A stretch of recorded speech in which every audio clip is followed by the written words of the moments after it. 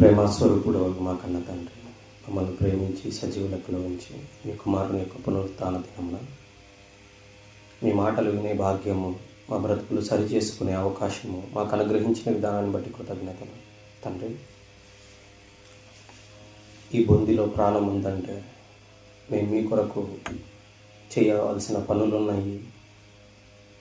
మీరు కోరుకున్నట్లుగా మారవలసిన సమయం మాకుందని గుర్తెరిగి ఆ సమయాన్ని పోగొట్టుకొనకుండా బహు జాగ్రత్తగా మీ వాక్యాన్ని బట్టి సరిచూసుకుంటూ మా బ్రతుకులను వెలిగించుకొని ఇంకా కొంతమందిని వెలిగించి మీకు దూరమైన పిల్లలను మీ చెంతకు చేర్చి నాయన మీరున్న మహాలోకానికి మేము కూడా రాగలుగుటకు మీ శక్తిని సామర్థ్యాన్ని దయచేయమని వింటున్న మీ పిల్లలకు అర్థమగు రీతిలో తేటగా బోధించగలుగుటకు మీ శక్తిని, జ్ఞానాన్ని, వివేకాన్ని నాకు ప్రసాదించమని కొద్ది నిమిషాలు మీ యొక్క సన్నిధిని, మీ యొక్క ఆలోచనలను, మీ యొక్క మనస్సును అర్థం చేసుకునే జ్ఞానము, వివేకము మా అందరికీ ప్రసాదించమని వేడుకుంటూ వాక్యమందు మీ కొరకు ఫలించగలిగే భాగ్యాన్ని మాకు ప్రసాదించమని వేడుకుంటూ ఈ ప్రార్థన క్రీస్తు వారి శ్రేష్టమైన నామంలో అడిగి వేడుకొంచున్నాము తండ్రి, ఆమేన్. ముఖ్యంగా కుడి వచ్చిన మీ అందరికీ మరొకసారి మన రక్షకుడు యేసుక్రీస్తు వారి పేరిట నా హృదయపూర్వకమైన వందనాలు తెలియజేసుకుంటున్నాను. ఇందాక మనము కీర్తనలు 49వ అధ్యాయాన్ని చదివాం. నేను ఈరోజు వాక్యం చెప్పాలనుకున్న దాంట్లో కూడా దీనికి సంబంధించిందే కొన్ని సంగతులు ఉన్నాయి. ఆ చదివిన అధ్యాయంలో 2 వచనాలు చదివి మనం ముందుకెళ్దాం, ఓకేనా? కీర్తనల గ్రంథము 49వ అధ్యాయము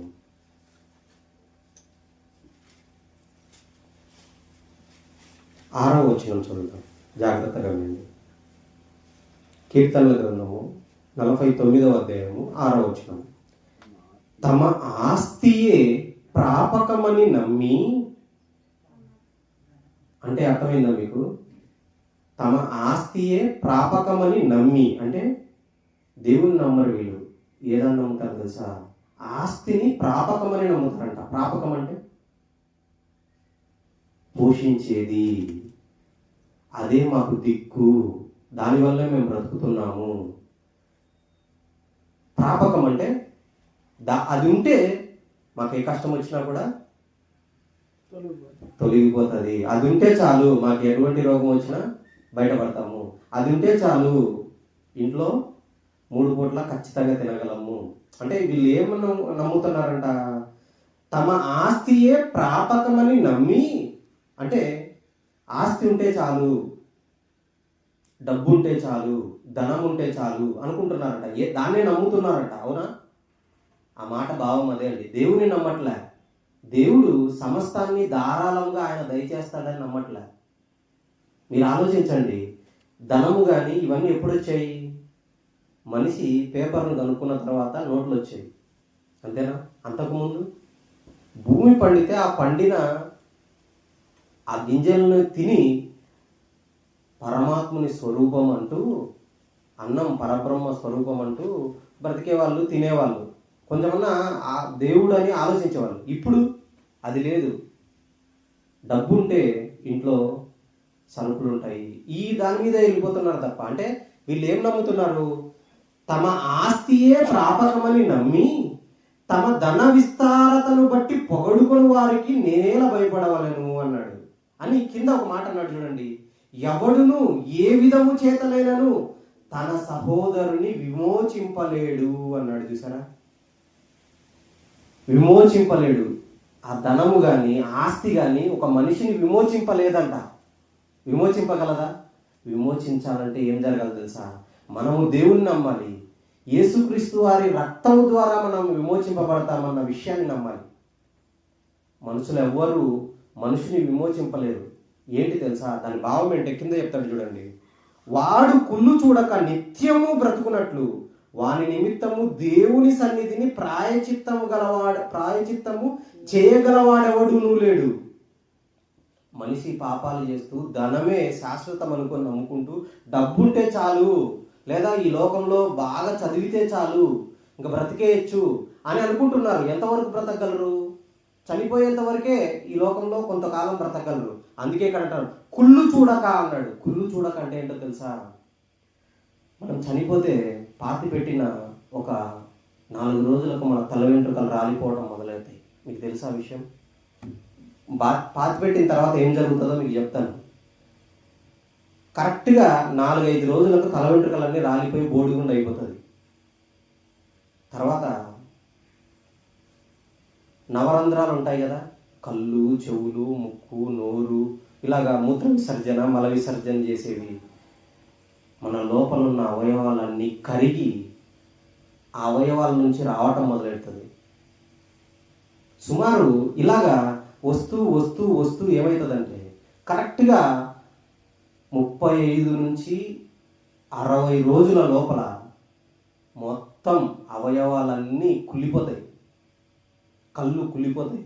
మనం పొద్దున లేవగానే అద్దం ముందు పెట్టుకొని చూసుకుంటున్నామే, ఆ రూపం మొత్తం మాయమైపోతుంది, కుళ్ళిపోతుంది. కుళ్ళిపోయి మిగిలేది ఏంటి తెలుసా? ఎముకలు మాత్రమే మిగులుతాయి. మీకు అర్థమైందా? మనమేమనుకుంటాము, ఒక ఫోటో తీసుకొని వచ్చి నేను నా పెళ్లి ఫోటో అని అందరికీ చూపించుకుంటాం. అవునా? పెళ్ళప్పుడు ఇలా ఉన్నా, నా ఫోటో ఇలా ఉందని ఎవరైనా బంధువులు వస్తే ఆల్బమ్ తీసి చూపించుకుంటుంటాం, లేదా ఫోన్లో చూపించుకుంటుంటాం. కానీ ఈ రూపం అంతా చెరిగిపోయేది. ఇది మనల్ని విమోచింపలేదు. ఏది? ఎంత ధనం ఉన్నా, ఎంత ఆస్తి ఉన్నా ఏది విమోచింపలేదు. అందుకే ఏమంటున్నాడు 49:8 వాడు కుళ్ళు చూడక నిత్యము బ్రతుకున్నట్లు వాడి నిమిత్తము దేవుని సన్నిధిని ప్రాయచిత్తము చేయగలవాడెవడునూ లేడు. అంటే ఈ కీర్తనల గ్రంథం టయానికి ఎవ్వరూ లేకపోతే చెప్తున్నాడు, కుళ్ళు చూడకూడదు. ఆ శరీరం మళ్ళీ బ్రతకాలంటే ప్రాయచిత్తం జరగాలి. అలా ప్రాయచిత్తం చేయగలిగిన వాడు ఎవడూ లేకపోతే యేసుక్రీస్తు వారు తర్వాతి కాలంలో వచ్చాడు. వారి ప్రాణ విమోచన ధనము బహు గొప్పది అన్నాడు. ఇంకా కిందికి వస్తే ఏమన్నాడంటే జాగ్రత్తగా చూడండి.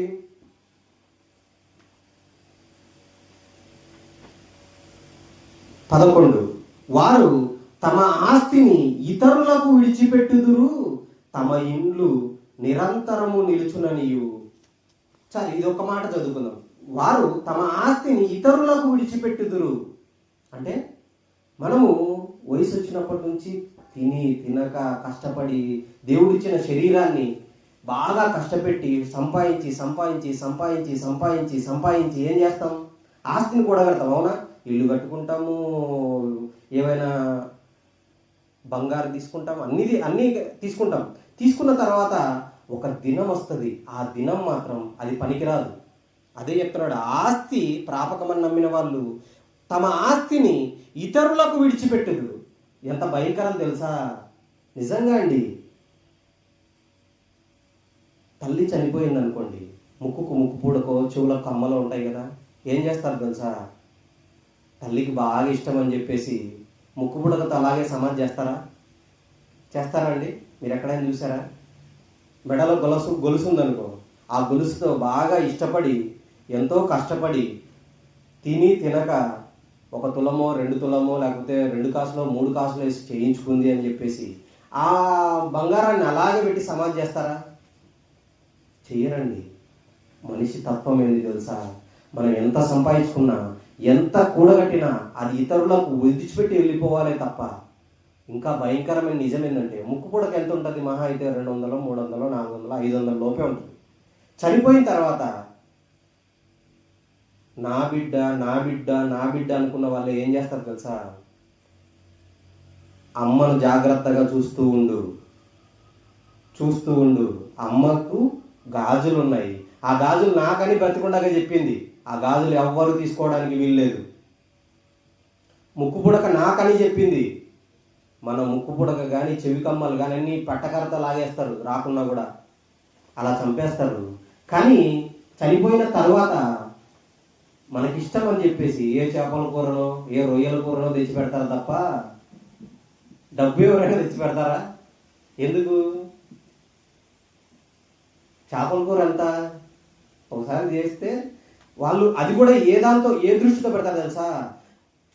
చేపల కూర కానీ, రొయ్యల కూర కానీ, మటన్ కూర కానీ పెడితే వాళ్ళు మళ్ళీ మన దగ్గరికి వచ్చి మనల్ని హింసించకుండా ఉంటారు, మనకు కనపడకుంటారనే దృష్టితో పెడతారు తప్ప, మీరు ఆలోచించండి, ఒకవేళ ఇదే నిజమైతే చేపల కూర ఇష్టమా, ఆమె మెడలో ఉన్న బంగారపు గొలుసు ఇష్టమా? బంగారపు గొలుసే కదండి ఇష్టం, తిని తినక చేసుకుంది. ఆ చేపల కూర, రొయ్యల కూర ఇవన్నీ మానేసి మరి చేయించుకుంది కదా. ఇవన్నీ కూడా మన జీవితాల్లో కుళ్ళును చూడక నిత్యము బ్రతికేలాగా చేయలేవు. మీకు అర్థమైందా? సామెతల గ్రంథంలో ఒక మాట ఉంటుంది చూడండి, 11వ అధ్యాయము 4వ వచనం. ఈరోజు మనం ఆలోచించబోయే పాఠం అదే. సామెతల గ్రంథం 11వ అధ్యాయం 4వ వచనం చూడండి. సామెతల గ్రంథము 11వ అధ్యాయము 4వ వచనం. ఉగ్రత దినమందు ఆస్తి అక్కరకు రాదు అన్నాడు. చూసారా? చాలా మంది ఏమనుకుంటారంటే, మేము బాగా చదివేశాము, మేము డిగ్రీ చదివేశాము, పీజీ చదివేశాము, ఎంఏ చేసేసాము, నేను ఐఏఎస్ చదివాను, నేను డిస్ట్రిక్ట్ కలెక్టర్గా ఉన్నాను, నేను బాగా సంపాదించి ఎమ్మెల్యేని అయిపోయినా, ఎంపీని అయిపోయినా, సీఎంని అయిపోయినా అనుకుంటుంటారు. ఇవేమైనా వాళ్ళ ఉగ్రత దినమందు అక్కరకు రావంట. ఎంత డబ్బున్నా, ఎన్ని వేల ఎకరాలున్నా, ఎన్ని వేల మామిడి తోటలున్నా, ఎన్ని వేల కొబ్బరి తోటలున్నా, ఎన్ని వేల కొబ్బరి చెట్లున్నా ఏవి కూడా ఏమి అక్కరకు రావంట. అక్కడ చెబుతున్నట్టు చూడండి, ఉగ్రత దినమందు ఆస్తి అక్కరకు రాదు, నీతి మరణము నుండి రక్షించును అన్నాడు. చూసారా? ఆస్తి అక్కరకు రాదంట. మరి ఏం జరుగుతుంది? ఆస్తి ఇతరులకు విడిచిపెట్టి వెళ్ళిపోవాలి. మనం ఎంత సంపాదించినా వదిలిపెట్టి వెళ్ళిపోవాల్సిందేనా? చనిపోయినప్పుడు ఎవరైనా ఏమైనా ఎత్తుకొని వెళ్తారా? వెళ్ళరు. అందుకే ఇదంతా అర్థమైన యేసుక్రీస్తు వారు ఏం చేశారు తెలుసా? యేసుక్రీస్తు వారికి ఈ భూమి మీద బంగారం ఎక్కడుందో తెలుసా మీకు ఆ విషయం? సృష్టించింది ఆయనే. ఎక్కడ ముత్యాలు ఉన్నాయో తెలుసు. ఆయనకు తెలీదా? శిష్యుల దగ్గరికి వచ్చి ఒక మాట అన్నాడు, మీరు ఈ పక్క వల వేయండి అన్నాడు. వల వేయగానే అంతవరకు అనుభవంలో ఉన్నారు వాళ్ళు, చేపలు పట్టే జాలర్లు వాళ్ళు. ప్రభువా, మేము రాత్రి అంతా ప్రయాసపడినాము, ఒక్క చేప కూడా పడలేదు అని అంటే, నేను చెప్తాను కదా ఈ పక్క వేయండి అన్నాడు. పట్టగానే వల పిగిలిపోయేటన్ని పెద్ద చేపలు పట్టాయి. ఎన్ని చేపలు చెప్తాడు? 147 157 చెప్తాడు బైబిల్లో. ఆ చేపలన్నీ ఎంచితే కూడా అంత బలమైన, అంటే వలంతా నిండిపోయే చేపలు అక్కడ ఉన్నాయని ఎవరికి తెలుసు? యేసుక్రీస్తుకు తెలుసు. అయినప్పటికీ ఆయన ఫలానా చోట బంగారు ఉంది, ఫలానా చోట ముత్యాలు ఉన్నాయి, ఫలానా చోట పగడాలు ఉన్నాయని చెప్పలేదు శిష్యులకి. ఏం చేశాడు తెలుసా? ఎందుకు చెప్పలేదు తెలుసా? ఆయనకు తెలుసు ఏమని? ఉగ్రత దినమందు ఆస్తి అక్కరకు రాదు. ఆస్తి అక్కరకు వస్తుందా?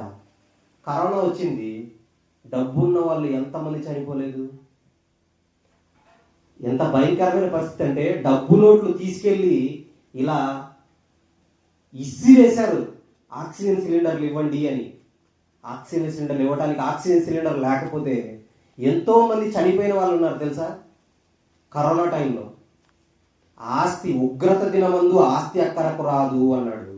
ఇక అందుకే యేసుక్రీస్తు వారు ఏం చేశారు తెలుసా? తాను బ్రతికున్న కాలంలో 33.5 సంవత్సరాలు బ్రతికితే 30 సంవత్సరాలు ఆయన దేవుని జ్ఞానమందును, వయసునందును, మనుషుల దయందును, దేవుని దయందును ఎదిగాడు. 30 సంవత్సరాలు తన కుటుంబంతో ఉన్నాడు. తర్వాత ఏం జరిగింది తెలుసా? 31వ ఏట నుంచే బాప్తీసం తీసుకున్న మరునాటి నుండే ప్రకటించడం మొదలెట్టాడు. ప్రకటించడం మొదలుపెట్టి తన చుట్టూ శిష్యులను తయారు చేసుకున్నాడు. శిష్యులను తిప్పుకున్నాడు. ఎక్కడికి వెళ్తే అక్కడికి వాక్యం చెబుతూ వెళ్ళిపోయేవాడు. ఒకే చోట ఉండేవాడు కాదు ఆయన. మీకు తెలుసా? యూదయ, సమరయ, గలిలయ 3 దేశాలలో ఆయన ప్రకటించుకుంటూ వెళ్ళిపోయేవాడు. యూదులు అక్కడే ఉండేవాళ్ళు. యూదయ ప్రాంతంలో ఉన్నవాడు, సమరయ ప్రాంతంలో ఉన్నాడు, గలిలయ ప్రాంతంలో ఒక్క చోట ఆగిపోవట్లేదు ఆయన. ఎక్కడ పడితే అక్కడ ఫిలిప్పు కైసరయ్యకి వెళ్తాడు, తూరు సీదోన్లకు వెళ్తాడు, కపెర్నహూముకి వెళ్తాడు. చాలా ప్రాంతాలు కాలినడకనే వెళ్ళిపోయేవాడు. వెళ్ళిపోతూ చిట్ట చివరి దినానికి వచ్చేటప్పుడు ఏం జరిగింది తెలుసా? శిష్యులకు ఏం చెప్పాడో ఒక మాట చూడండి. శిష్యులకు ఏం చెప్పాడో ఒక మాట చూడండి. యోహాను సువార్త 17వ అధ్యాయం 14వ వచనం చదవండి జాగ్రత్తగా. మీరు చదవండి. యోహాను సువార్త 17వ అధ్యాయము చెప్తున్నాడు. యోహాను సువార్త 17వ అధ్యాయం 14వ వచనం. వారికి నీ వాక్యం ఇచ్చి ఉన్నాను. ఈ మాట అండర్లైన్ చేసుకోండి. ఎవరికి? యేసుక్రీస్తు వారు వెళ్ళిపోవటానికి ముందుగా ఏం చెప్తున్నాడు? శిష్యుల గురించి తండ్రికి ప్రార్థన చేస్తున్నాడు. ఏమని తెలుసా? వారికి నీ వాక్యం ఇచ్చి ఉన్నాను అంటున్నాడు. చూసారా? బంగారు ఇచ్చి ఉన్నాను అంటం లేదు, ఇల్లు కట్టి పెట్టాను అంటం లేదు. వాళ్ళు ఎలా బ్రతుకుతారో ఏమో, ఒక ఆటోనో కారునో కొని బ్రతకడానికి వాళ్ళను ప్రయోజకులను చేశాను అంటం లేదు. ఏమంటున్నాడు? వారికి నీ వాక్యం ఇచ్చి ఉన్నాను అంటున్నాడు. ఇంకా 17వ వచనం చదవండి. వాక్యం అనగా ఏంటి? అదే 17వ అధ్యాయం 17వ వచనం. సత్యమందు వారిని ప్రతిష్ఠ చేయుము, నీ వాక్యమే సత్యము. ఏం చేయాలంట? వాళ్ళను శిష్యుల గురించి ప్రార్థన చేస్తున్నాడు. ఏమని? సత్యమందు వారిని ప్రతిష్ఠ చేయుము, నీ వాక్యమే సత్యం. అంటే మనిషిని తన దగ్గరికి వచ్చిన శిష్యులను ఎందులో ప్రతిష్ఠ చేయాలని కోరుకుంటున్నాడు? వాక్యంలో ప్రతిష్ఠ చేయాలనుకుంటున్నాడు. వాక్యాన్ని ఇస్తున్నాడు. అంటే ఇందాక మనం చదువుకున్నామే, ఉగ్రత దినమందు అక్కడికి వచ్చేది, ఉగ్రత దినమందు కాపాడేది, ఉగ్రత దినానికి కావలసినది ఏంటి తెలుసా? ఒక్క వాక్యమే. వాక్యము తప్ప మనల్ని ఏది విమోచించలేదు. అందుకే అన్నాడు, ఏ మనుషుడు వారిని విమోచింపలేడు అన్నాడు. విమోచించగలడా? భర్త భార్యను విమోచించలేదండి. భర్త భార్యను కూడా విమోచింపలేడు. పిల్లలు తల్లిదండ్రులను విమోచింపలేరు. తల్లిదండ్రులు పిల్లల్ని కూడా విమోచింపలేరు. విమోచించగలిగేది ఏంటో తెలుసా? ఒక్క వాక్యమే. ఎందుకు? మీకు ముందు చాలాసార్లు చదివించాను. ఇప్పుడు కూడా మనం ఆ వాక్యాన్ని చదువుదాం. చూడండి, యాకోబు పత్రిక 1వ అధ్యాయం 21వ వచనం. యాకోబు పత్రిక 1వ అధ్యాయం 21వ వచనం. యాకోబు పత్రిక 1వ అధ్యాయం 21వ వచనం. అందుచేత, ఎందుచేత? ఉగ్రత దినమందు ఆస్తి ఎక్కరకు రాదు, ఎవ్వరూ విమోచింపలేరు. మన భర్త మనల్ని విమోచింపలేడు, మన భార్య మనల్ని విమోచింపలేదు, ఎవ్వరూ విమోచింపలేకుంటే అందుచేత, ఇప్పుడు చదవండి, అందుచేత సమస్త కల్మషమును విర్రవీగుచున్న దుష్టత్వమును మానేయండి. ఎవరు మానేయాలి? మనమే మానేయాలి. దేవుడు మార్చడు మనల్ని. గుర్తుపెట్టుకోండి, సమస్త కల్మషము మనలో ఉంది, మన అవయవాల్లో ఉంది, మన హృదయంలో ఉంది, మన గుండెల్లో గూడు కట్టుకొని ఉంది సమస్త కల్మషము. వాటిని మానేసి లోపల నాటబడి మీ ఆత్మలను రక్షించుటకు శక్తి గల వాక్యమును సాత్వికముతో అంగీకరించండి అన్నాడు. అంటే ఆత్మలను రక్షించేది ఏంటి? ఒక్క వాక్యమే. డబ్బు రక్షించదు. కోటాను కోట్లు కలిగిన అనిల్ అంబానీని ఆస్తి రక్షించదు. కోట్లు ఉండొచ్చు, ఎన్నో పొలాలు ఉండొచ్చు. ఇప్పుడు ఇక్కడ చాలా మందికి వేల ఎకరాల పొలాలు ఉన్నాయా? అందరూ చనిపోతారా? చనిపోయే వాళ్ళ ఆస్తిని ఏమన్నా వెంట పెట్టుకొని పోతారా? ఆస్తి కాకుండా ఎన్నో కార్లు ఉన్నాయి, ఎన్నో ఆభరణాలు ఉన్నాయి, అవునా? ఎంతో విలాసవంతమైన ఇల్లులు ఉన్నాయి. అవన్నీ కూడా ఇతరులకు విడిచిపెట్టాలే తప్ప ఏ ఒక్కరు ఎత్తుకొని పోలేరు. మరి ఏం జరుగుతుంది? ముందు చెప్పినట్టుగా 4-5 రోజుల్లో ఎంత మంచి హెయిర్ స్టైల్ అయినా, ఆ హెయిర్ స్టైల్కు ఎంత రంగు వేయించుకున్నా మంగళూరు షాప్కి వెళ్ళి 4 రోజుల్లో రాలిపోవాల్సిందే. 60 రోజుల్లో ఎంత పొంగిపోయినా, ఎంత పొగుడుకున్నా, నాకు మంచి కలర్ ఉంది, మంచి తెల్లగా ఉన్నాను, నిగనిగలాడుతున్నాను అని దీనికి ఎన్ని పూసినా, ఎన్ని చేసినా 60 రోజుల్లో మొత్తం కరిగిపోయి ఎముకలు మాత్రమే కనబడతాయి. అందుకు చెప్తున్నాడు, సమస్త కల్మషమును విరవీగుచున్న దుష్టత్వమును మాని లోపల నాటబడి మీ ఆత్మలను రక్షించుటకు శక్తి గల వాక్యమును సాత్వికముతో అంగీకరించండి. ఆత్మలను రక్షించాలంటే ఆ ఉగ్రత దినం వచ్చినప్పుడు మనం రక్షించేదేంటి? వాక్యమే. వాక్యము తప్ప ఏది రక్షించలేదు. వాక్యం నేర్చుకుంటేనే మనల్ని మనం రక్షించుకోగలం. మీకు అర్థమవుతుందా? కాబట్టి వాక్యానికి ఎక్కువ ప్రాధాన్యత ఇవ్వండి. వాక్యాన్ని వినండి, వాక్యాన్ని చదవండి, వాక్యాన్ని పరిశోధించండి. వాక్యం నాకు అర్థం అవ్వాలని దేవుణ్ణి వేడుకోండి. మీకు అర్థమవుతుందా? ఈ ప్రపంచంలో ఎవరు రక్షించలేరండి. కొంచెం విరోధం వస్తే భార్య మనల్ని వదిలిపెట్టి వెళ్ళిపోద్ది. కొంచెం మనం గట్టిగా తిడితే మన పిల్లలే మనల్ని కాదనుకొని ఇంట్లో నుంచి వెళ్ళిపోతారు. అవునా? మనకు కొంచెం ఏదైనా సరే ఎదుటి వాళ్ళకు కొంచెం నొప్పి కలిగిందనుకో, మన పరిస్థితి బాగలేకనో మన పరిస్థితి ఏదో ఒకలాగుండో ఎదుటి వాళ్ళకు కొద్దిగా నొప్పి కలిగిందనుకోండి, మనల్ని పొగిడే వాళ్ళే మనల్ని నిందిస్తారు, మనల్ని అవమానిస్తారు. కానీ మనకు అక్కరకు వచ్చేది ఏంటో తెలుసా? ఇదే మీ ఆత్మలను రక్షించుటకు శక్తి కలిగిన వాక్యం. దాని శక్తి ఏంటనుకున్నారు? ఆత్మలను రక్షించగలదు. కాబట్టి వాక్యాన్ని బాగా చదవండి, వాక్యాన్ని చదువుకోండి. ఇదంతా బాగా చదివిన తర్వాత ఏం చేయాలి తెలుసా? అదే యేసుక్రీస్తు వారు చేశారండి. మీకు అర్థమవుతుందా నేను చెప్పేది? చూడండి, లూకాసు వార్త 4వ అధ్యాయము 43వ వచనం చూడండి. లూకాసు వార్త 4వ అధ్యాయం 43వ వచనం. త్వరగా లూకాసు వార్త 4వ అధ్యాయం 43వ వచనం. లూకాసు వార్త 4వ అధ్యాయం 43వ వచనం. నేనితర బాగినండి 42, 43 కూడా చదువుదాం. ఉదయం అయినప్పుడు ఆయన బయలుదేరి అరణ్య ప్రదేశంలోకి వెళ్ళెను. జనసమూహం ఆయన్ని వెతుకుచూ ఆయన యుద్ధకు వచ్చి తమ్మును విడిచిపోకుండా ఆపగా, అంటే యేసుక్రీస్తు వారిని ఆపేస్తున్నారు. ఎవరు? జనసమూహం. ఆయన వాక్యం విన్న వాళ్ళు కానీ, ఆయన చాలా సందర్భం వాక్యం విన్న వాళ్ళు ఆపారు. ఆయన ద్వారా రొట్టెలు ఇవన్నీ అనుభవించిన వాళ్ళు ఆపారు. అవునా? ఆయన ద్వారా స్వస్థతలు అనుభవించిన వాళ్ళు ఆపారు. ఇవన్నీ చేసిన వాళ్ళు ఆపారా లేదా? అక్కడ కూడా ఈయనేమో ఉదయాన్ని అవగానే అరణ్య ప్రదేశానికి వెళ్ళిపోయి కూర్చుండగానే వీళ్ళు ఏం చేశారు తెలుసా? జనసమూహం ఆయన్ని వెతుకుచూ ఆయన యుద్ధకు వచ్చారా? మీ బైబిల్లో కూడా ఉందా? నా బైబిల్లో మాత్రమే ఉందా? వచ్చి ఏం చేస్తున్నారు? తమ్మును విడిచిపోకుండా ఆపగా ఆయన అంటున్నాడు, నేను ఇతర పట్టణంలోనూ దేవుని రాజ్య సువార్తను ప్రకటింపవలెను, ఇందు నిమిత్తమే కదా నేను పంపబడి తిని అని వారితో చెప్పాడు. ఏమంటున్నాడు?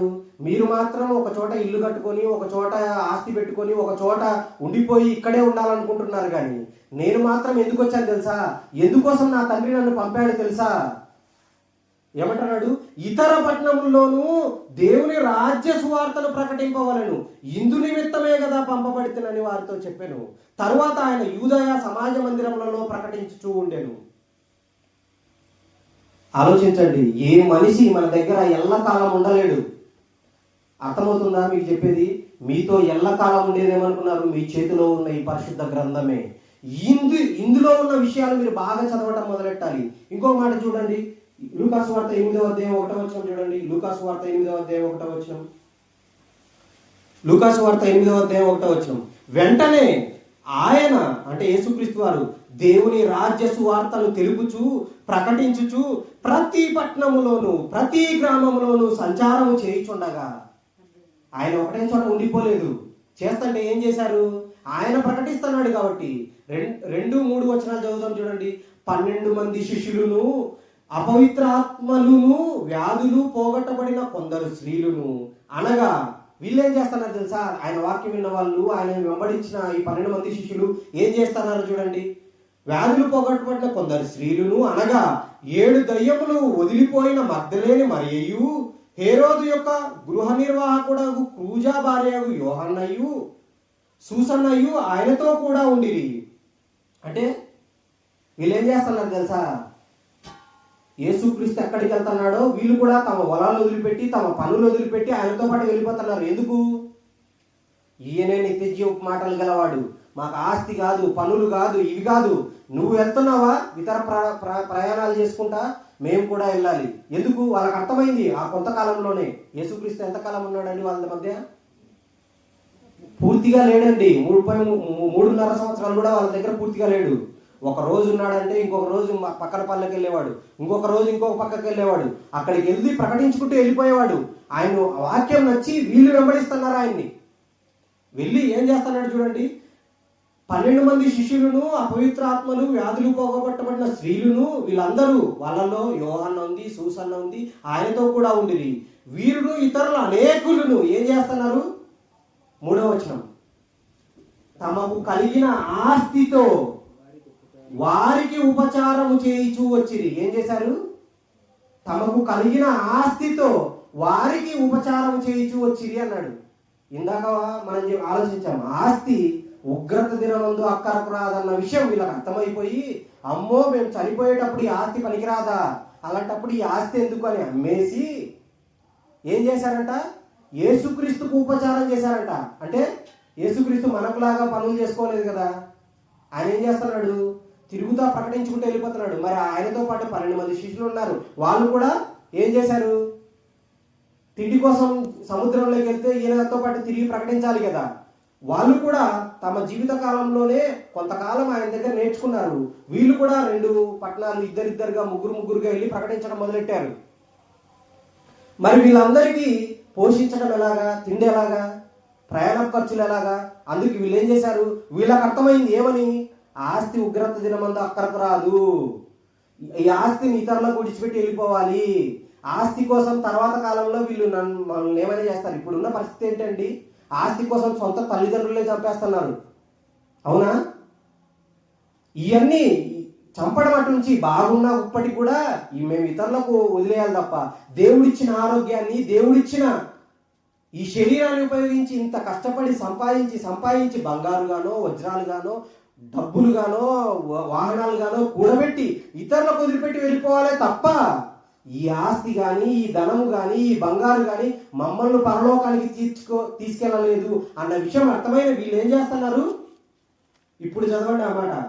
తమకు కలిగిన ఆస్తితో ఉపచారం చేయించు వచ్చిరి అన్నాడా.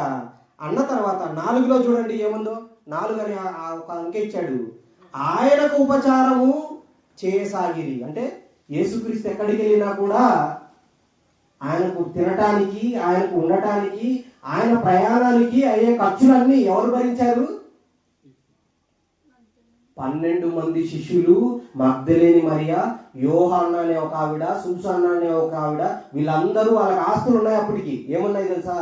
వాళ్ళకి అర్థమైపోయింది, ఎందుకు ఈ ఇల్లు నేను చచ్చిపోయిన తర్వాత ఈ ఇల్లు వేరే వాళ్ళకి వదిలిపెట్టాలి, నా పిల్లలకైనా వదిలిపెట్టాలి, వాళ్ళు ఎలాగ తయారవుతారో తెలియదు. కాబట్టి నేను బ్రతికుండగానే చనిపోయిన తర్వాత ఎవరైనా ఉపయోగిస్తారా? అందుకే వాటన్నిటిని అమ్మేసి తమ ఆస్తితో ఆయనకు ఉపచారం చేస్తున్నారు. ఇంత భక్తిలోకి వెళ్ళేది ఎప్పుడు? అలా వెళ్తేనే మన ఆత్మను మనం రక్షించుకునేదానికి పనికి వస్తుంది. మీకు అర్థమైందా? ఇందాక ఒక మాట అన్నాడు ఆయన, నీ వాక్యం వారికి ఇచ్చి ఉన్నాను అన్నాడు. ఎందుకు ఇచ్చాడు వాళ్ళకు? వాళ్ళు 12 మంది శిష్యులు కూడా సమస్తాన్ని విడిచిపెట్టి తమ ఆస్తితో యేసుక్రీస్తు వెళ్ళిపోతుంటే ఆయనకు ఉపచారం చేయడానికి, ఆయన తినటానికి, ఆయన ప్రయాణ ఖర్చు పెట్టారు. కాబట్టి అన్నిటికంటే విలువైన ఈ వాక్యాన్ని వారికి ఇచ్చాడు యేసుక్రీస్తు వారు. మీకు అర్థమవుతుందో లేదో? లేకపోతే రాదండి వాళ్ళకు. అందుకే పేతురు గారు పత్రికలు రాశాడు, యోహాను గారు పత్రికలు రాశారు. యోహాను గారు కానీ, పేతురు గారు కానీ, మత్తయ్య కానీ, మార్కు కానీ, లూకా కానీ, వీళ్ళందరూ వాక్యాన్ని ఎలా పొందుకున్నారో తెలుసా? ఎలా పొందుకున్నారో మీకు కూడా వాక్యం రావాలంటే మీరేం చేయాలో తెలుసా? చూడండి, సామెతల గ్రంథం 4వ అధ్యాయము. సామెతల గ్రంథం 4వ అధ్యాయము. సామెతల గ్రంథం 4వ అధ్యాయము 7వ వచనము 2వ భాగం చదువుదాం. సామెతల గ్రంథం 4వ అధ్యాయం 7వ వచనము 2వ భాగం. నీ సంపాదన అంతయు ఇచ్చి బుద్ధి సంపాదించుకొను అంటున్నారు. మరి శిష్యులు ఏం చేశారు? ఆస్తితో ఏం చేశారు? బుద్ధి సంపాదించుకున్నారు. యేసుక్రీస్తుతో అవన్నీ పక్కన వదిలేసి ఆయనతో పాటు తిరిగారు. అవునా?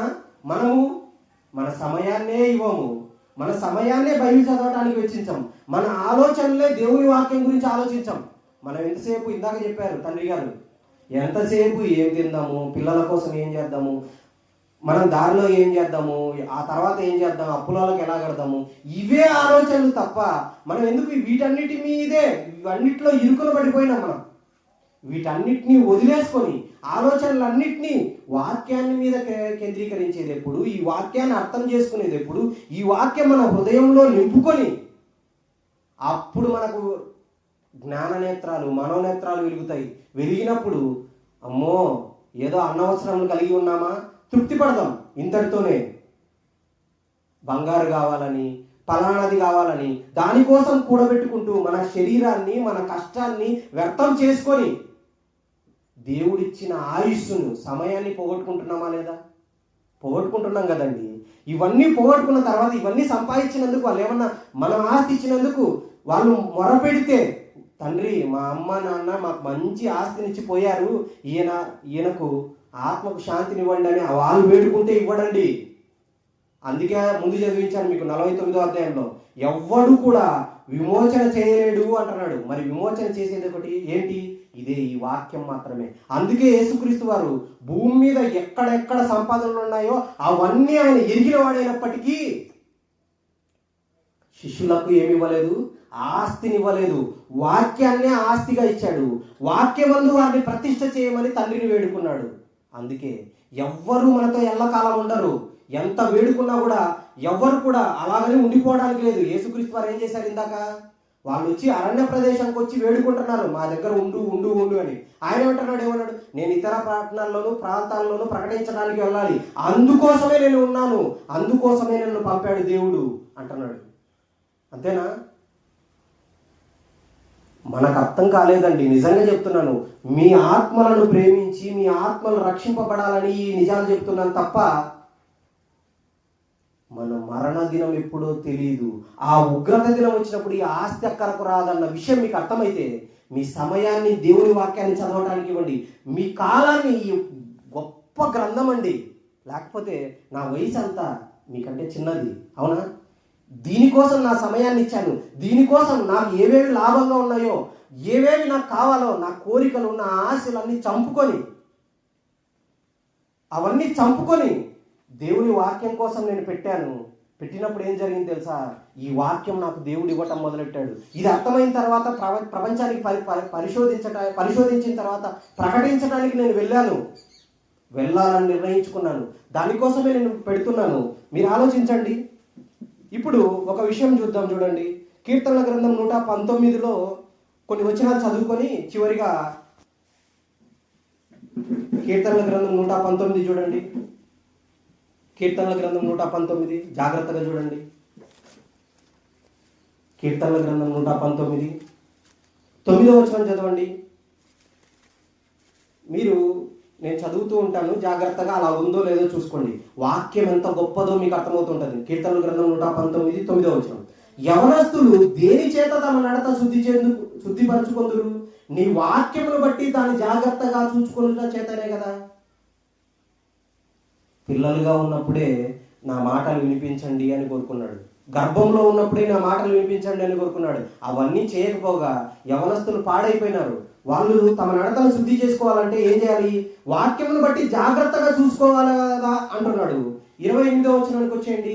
119:28, వ్యసనము వలన నా ప్రాణము నీరైపోయెను, నీ వాక్యము చేత నన్ను స్థిరపరచుము. భక్తుడు అడుగుతున్నాడు, వ్యసనం అంటే చాలా మందికి మనకు వ్యసనాలు ఉంటాయి కదండి. తాగుడు ఒక వ్యసనం, కైని ఒక వ్యసనం, మాంసం ఒక వ్యసనం. వ్యసనాలు చాలా ఉంటాయి, చాలా కోరికలు ఉంటాయి. వాటన్నిటి కోసం మనం వ్యసన పడుతూ ఉంటాం. వాటి వల్ల ఏమైంది? నా ప్రాణము నీరైపోయిందంటే, ప్రాణం అనగా రక్తము తన గుణాన్ని కోల్పోయి నీరుగా మారిపోతుంది. అంటే బలహీన పడిపోతుంది. దేవుడిచ్చిన రక్తము ప్రాణంగా ఉండాల్సింది అది నీరైపోతుంది అంటే తర్వాత కాలంలో మన ప్రాణమే పోతుంది అని అర్థం. అందువల్ల భక్తుడు ప్రార్థన చేస్తున్నాడు, నేను వ్యసనపరుణ్ణి అయిపోయిన తండ్రి, నీ వ్యసనము వలన ప్రాణం నీరైపోయాను, నీ వాక్యము చేత నన్ను స్థిరపరచుము అన్నాడు. కపటపునాడత నాకు దూరం చేయమన్నాడు, నీ ఉపదేశము నాకు దయచేయము అంటున్నాడు. ఇంకా చూడండి 50వ వచనం వచ్చేయండి. 50, నీ వాక్యము నన్ను బ్రతికించి ఉన్నది, నా బాధలో ఇదే నాకు నెమ్మది కలిగించుచున్నది. అర్థమైందా? మన బాధల్లో కానీ కష్టాల్లో కానీ మనుషులు ఎవ్వరూ ఏం చేయలేరండి. పైకి వచ్చి ఒక మాట ఏదో చెప్పగలరు తప్ప, హృదయాంతరంగాల్లోంచి వాక్యమే మనకు నెమ్మది కలిగిస్తారు తప్ప మనుషులు ఎవ్వరు మనల్ని కాపాడలేరు. అందుకే బైబిల్ బాగా చదవండి, నేర్చుకోండి. ఇంకా 67వ వచనం చూడండి, శ్రమ కలుగక మునుపు నేను త్రోవ విడిచితిని, ఇప్పుడు నీ వాక్యం అనుసరించి నడుచుకొనుచున్నాను. మన జీవితాల్లో ఎన్నో బాధలు, శ్రమలు, కష్టాలు మనల్ని చుట్టుముడతాయి. ఎందుకు? మీరు వాక్యం దగ్గరికి వచ్చారు. లోకంలో ఉన్న వారిలాగా ఏదో ఈ లోకంలో ఏదో కావాలని దేవుని దగ్గరికి వచ్చిన వాళ్ళు కాదు మీరు. నాకు పరలోకం కావాలని నిర్ణయించుకున్నారు కాబట్టి ఇక్కడ వచ్చి వింటున్నారు. అందుకోసమే మీకు వాక్యం చెప్పబడుతుంది. కాబట్టి ఏం జరుగుతుంది అక్కడ? ఏమంటున్నాడు? శ్రమ కలుగక మునుపు నేను త్రోవ విడిచిన. నీ వాక్యం వినడానికి రావట్లే, నీ వాక్యం చదవట్లే, నీవిచ్చిన వాక్యం నెమ్మది కలిగిస్తుందని తెలియక నేను రకరకాలుగా మనుషులను ఆశ్రయించిన, కానీ వాళ్ళెవ్వరూ కూడా నా బాధల్లో నెమ్మది ఇవ్వలేదు. అందుకే అంటున్నాడు చూడండి, ఇప్పుడు నీ వాక్యం అనుసరించి నడుచుకొనుచున్నాను. ఇంకా చూడండి 101 చూడండి, కీర్తనల గ్రంథము 119:101. నేను నీ వాక్యం అనుసరించినట్లు దుష్ట మార్గములన్నిటిలో నుంచి నా పాదములు తొలగించుకొనుచున్నాను. వాక్యం అనుసరించినట్లు మన పాదాలు తొలగించుకోవాలంట దుష్ట మార్గాలన్నిటిలో నుంచి. అంటే ఎవడైనా మనల్ని దేవుని నుంచి దూరం చేసే మాటలు మాట్లాడుతున్నాడా, పక్క మార్గానికి తిప్పుతున్నాడా, వేరే మాటల కోసం కబుర్లు చెప్పుకుంటూ దేవుని వాక్యాన్ని విననీయకుండా మనల్ని చేస్తున్నాడా, ఆ చెవిని తొలగించుకోండి, ఆ పాదాలు తొలగించుకోండి. వాళ్ళతో ఎక్కువ సంభాషించకండి. దేవుని వాక్యం దగ్గరికి వచ్చేయండి. వాక్యముగా ఆయన యేసుక్రీస్తు వారు ఇక్కడ ఉన్నారు కదా మనతో. దీన్ని చదవండి, దీన్ని పరిశోధించండి. ఇంకా అంటున్నాడు చూడండి 105వ వచనం చూడండి, నీ వాక్యము నా పాదములకు దీపము, నా త్రోవకు వెలుగై ఉన్నది అంటున్నాడు. వాక్యమేనండి మనల్ని ఉగ్రత దినమందు కాపాడేది. ఆస్తి మనకు పనికిరాదు, మనుషులు ఎవ్వరు పనికిరారు. మనకు వాక్యం బోధించిన బోధకుడు కూడా ఈయన వాక్యానికి వచ్చి వింటున్నాడు, ఈ ఆత్మను చేర్చుకుంటే పనికిరాదు. అది ఆ ప్రార్థన తెలుసా మీకు ఆ విషయం? మీ భక్తి మిమ్మల్ని కాపాడుతుంది, మీరు హృదయంలో నిలుపుకున్న వాక్యం మిమ్మల్ని కాపాడుతుంది తప్ప. అందుకే మనం చదివాం, ఉగ్రత దినమందు ఆస్తి అక్కరకు రాదు, నీతి మరణం నుండి రక్షించును అన్నాడు. ఇంకొక మాట చూడండి 149వ వచనం, అందులోనే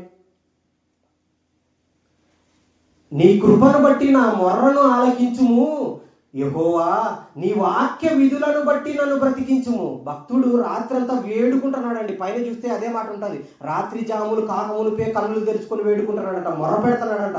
నీ వాక్య విధులను బట్టి నన్ను బ్రతికించు అంటున్నాడు. ఇంకొక మాట చూడండి 161, అందులోనే అధికారులు నిర్నిమిత్తముగా నన్ను తరుముదురు, అయినను నీ వాక్య భయము నా హృదయమందు నిలుచుచున్నది.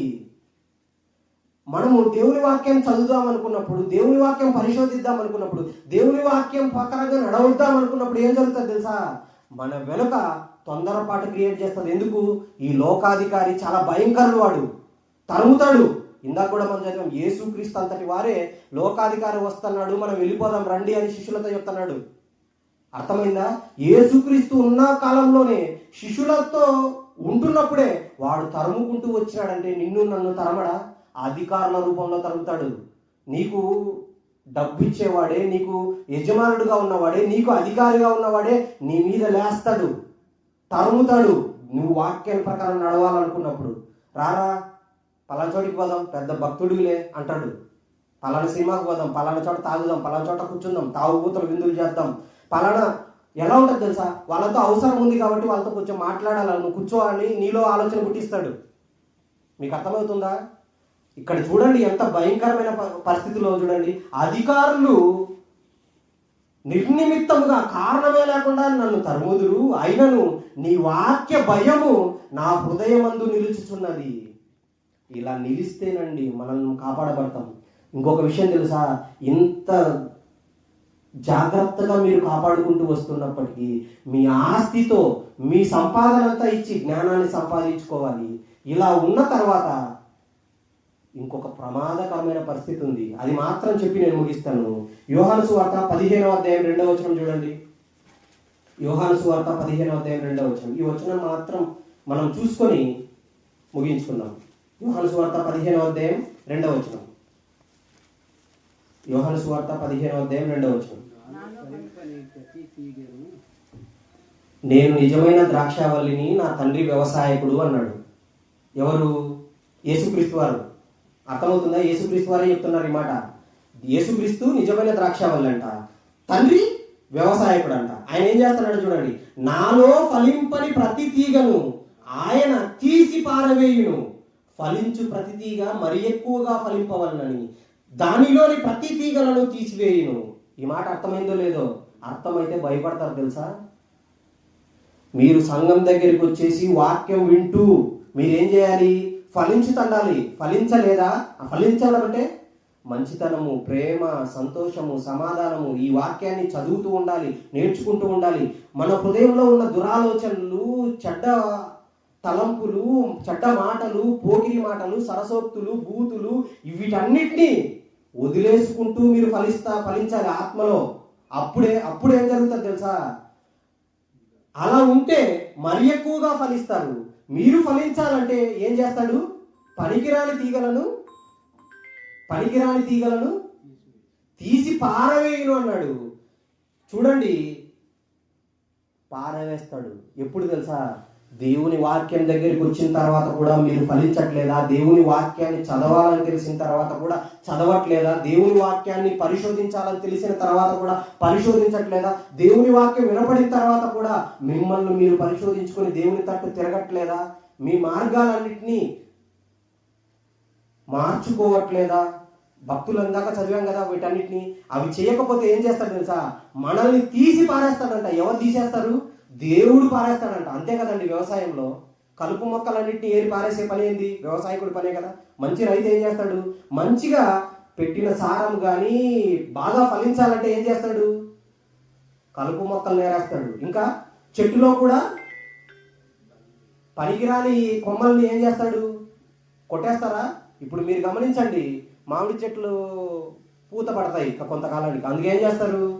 ఎండిపోయిన కొమ్మలు, ఇరిగిపోయిన కొమ్మల్ని ఏం చేస్తాడు? కొట్టేస్తే అప్పుడు ఏం జరుగుతుంది?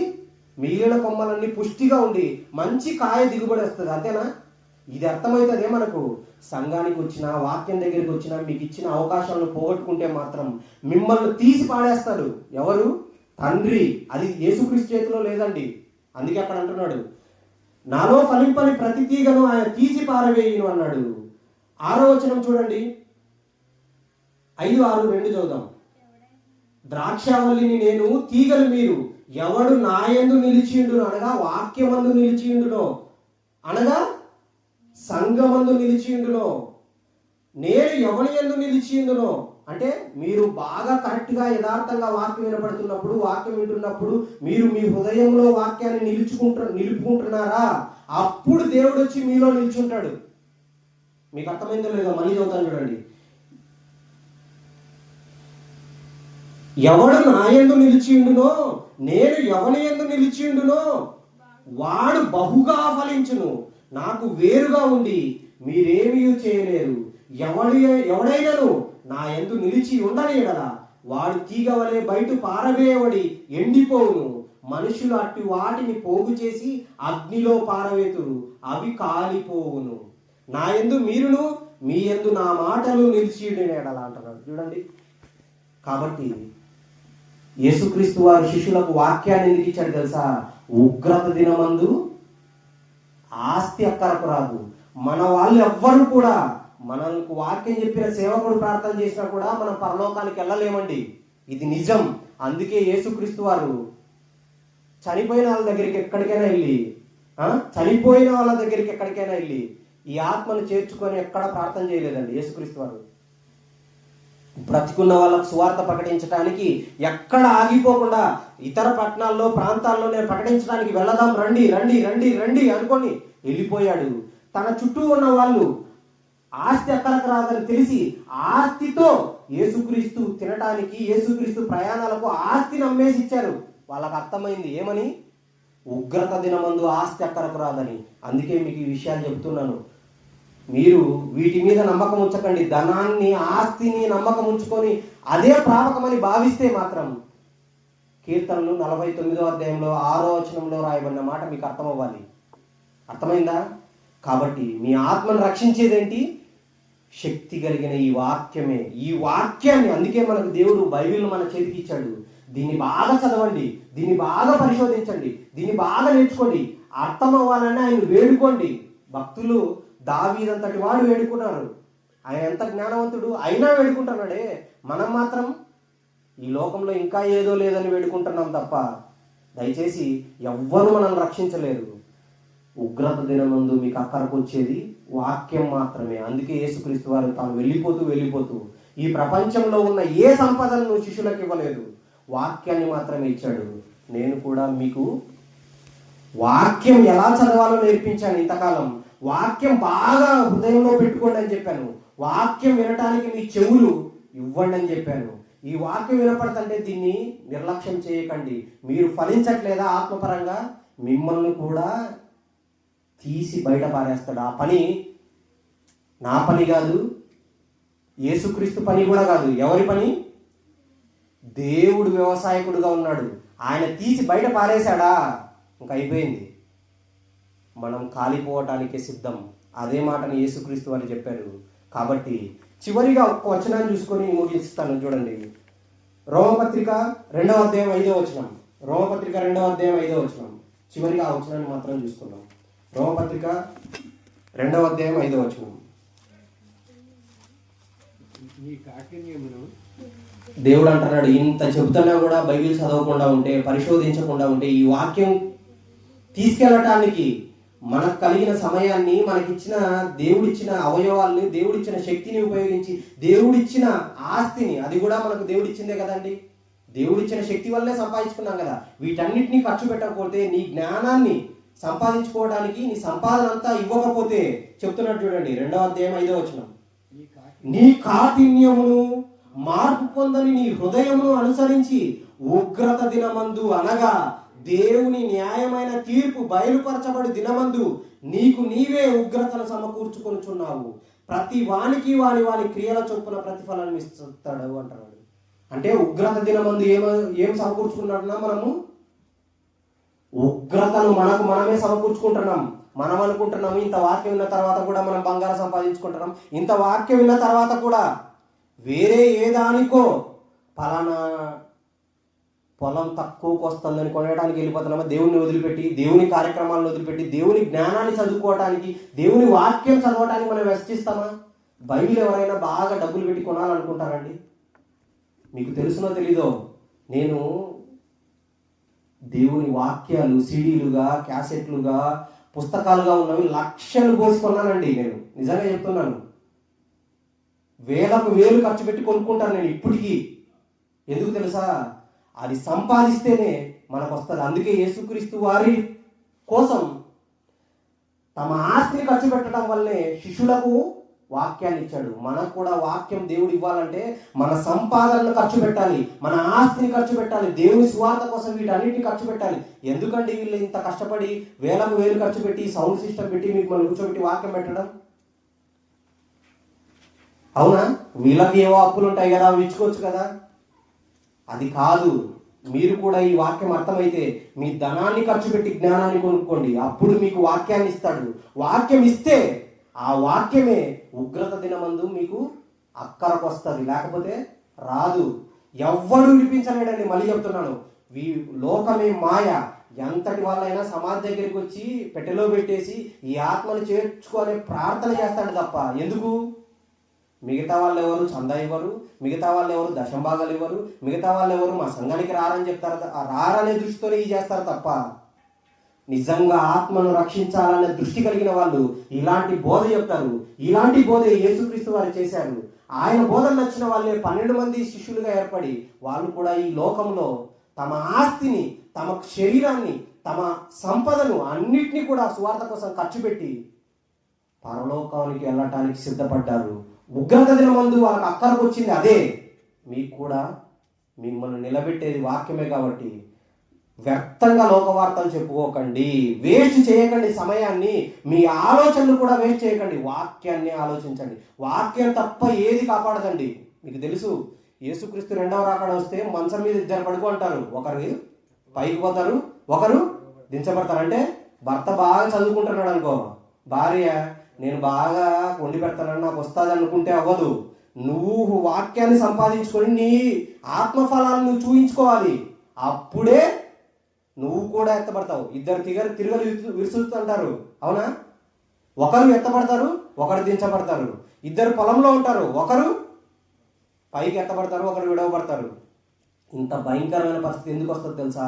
వాక్యాన్ని హృదయంలో నింపుకోకపోతే, వాక్య ప్రకారం నడవకపోతే, వాక్యం కోసం మన కష్టాన్ని, మన సమయాన్ని వెచ్చించకపోతే. కాబట్టి మిమ్మల్ని వాక్యానికి అప్పగిస్తున్నాను.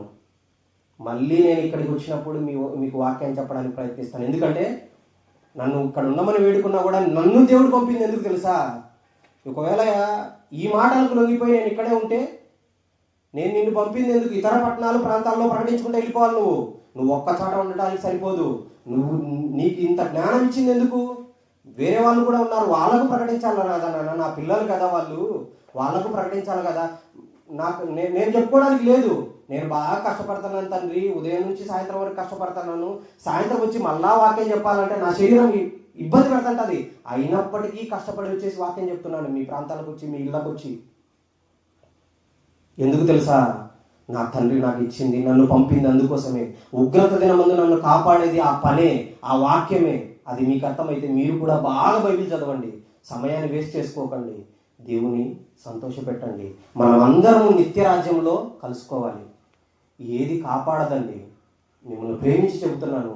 ఈ మాటలు మాత్రం పెడచెవిన పెట్టకండి. ఎక్కువగా బైబిల్ని చదవండి, ఎక్కువగా చదవండి, ఎక్కువగా పరిశోధించండి. ఈ మాటల గురించి మాట్లాడండి, ఈ మాటలు చెప్పండి. తెలియని వాళ్ళకు చెప్పి రక్షించండి. మీరు ఆటోమేటిక్గా మాటలోను క్రియలోను మారుతూ ఉన్నారనుకోండి, మీరు ఒకరికి వెళ్ళి వాక్యం చెప్పకుండానే వాళ్ళు పలానా వాడు ఇంతకుముందు ఇలా ఉన్నాడు, ఇప్పుడు అలా లేడే అనుకొని మన దగ్గరికి రావాలి. మనల్ని బట్టి దేవుని మహిమపరచాలి, మన సత్క్రియలు చూసి. అది దేవుడు కోరుకున్నాడు. ఓకేనా? చిన్న ప్రార్థన చేసుకొని ముగించుకుందాం. ప్రేమ స్వరూపుడు మా కన్న తండ్రి, నిజంగా తండ్రి మీరు ఎంత కోరుకున్నారో ఉగ్రత దినం గురించి, ఆస్తి ఎక్కడకు రాదని, ఆస్తి అంతా వదిలిపెట్టి వెళ్ళిపోవాలని ఎన్నో వేల సంవత్సరాల కిందట రాసిన మాటలు తెలియక క్రైస్తవం ఇంకా నామకార్థంగానే బ్రతికిపోతుంది. దయచేసి వారిని మేల్కొల్పడానికి అనేక ప్రాంతాలకు వెళ్ళాలని ఆశ కలిగి ఉంటుండగా మీ కృపను విస్తరింపజేయండి, ద్వారాన్ని తెరవండి. మీ పిల్లలు ఈ జ్ఞానం తెలియక నాశనానికి వెళ్ళిపోతున్నారు తండ్రి. ఈ వాక్యము బోధకులైన వారికే తెలియక వాళ్ళు కూడా వాళ్ళ కుటుంబాలు, వాళ్ళ సంఘాలు నాశనానికి వెళ్ళిపోతున్నారు. దయచేసి వారి యొక్క మనోనేత్రాలు తెరవజేయండి. మీ వాక్యానికి వారు కూడా మార్గము ఇవ్వగలిగే భాగ్యం దయచేయండి. ఆసక్తితో మీ పిల్లలందరూ వాక్యాన్ని ఉన్నారు. దయచేసి వాక్యంలో వాళ్ళు నిలబడగలుగుటకు వారికి అవకాశాలు ప్రసాదించండి.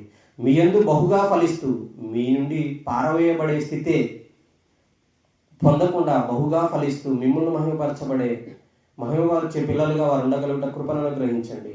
ఈ కార్యక్రమాన్ని తండ్రి అంతకంతకు వర్ధిల్ల చేయండి, పరిచర్యను వర్ధిల్ల చేయండి. వీరు కూడా ఎలాగున మాట్లాడాలి, ఎలాగున చెప్పాలి అన్న విషయాల్లో ఎక్కువ దృష్టి ఉంచి మీకు దూరమైన పిల్లలను మీ చెంతకు చేర్చగలిగే భాగ్యాన్ని ప్రసాదించమని వేడుకుంటూ, మాకు ఇంతవరకు మీరు తోడునీడగా ఉన్నందుకు కృతజ్ఞతలు చెల్లిస్తూ, మరలా మేము బ్రతికుంటే మీ పిల్లలతో కలిసి అనేక పర్యాయాలు మీ సంగతులను చెప్పి వారిని బలవంతులుగా నిలబెట్టగలిగే భాగ్యాన్ని దయచేయమని, మా ప్రయాణాల్లో మీరు తోడునీడగా ఉండమని, అనేక ప్రాంతాలకు తండ్రి మీ నామం మెరుగని చోట్లకు, మీ యొక్క వాక్యం మెరుగని చోట్లను ప్రకటించాలని ఆశ కలిగి ఉంటుండగా ఈ యొక్క ఆశను మాత్రం మన్నించి ఎన్ని కష్టాలు ఎదురైనా, ఎన్ని శ్రమలు ఎదురైనా, దుష్టుడు ఎంతగా బాధ పెట్టినా మీ వాక్యాన్ని మాత్రం ప్రకటించగలిగే వరాన్ని దయచేయమని, అలాగున బ్రతుకుచు మీరున్న ఆ లోకానికి చేరగలిగే అనేకులను చెప్పి కొందరినైనా లాగి రక్షించగలిగే భాగ్యాన్ని నాకును దయచేయమని వేడుకుంటూ ఈ ప్రార్థన క్రీస్తు వారి శ్రేష్టమైన నామంలో అడిగి వేడుకొంచున్నాను తండ్రి.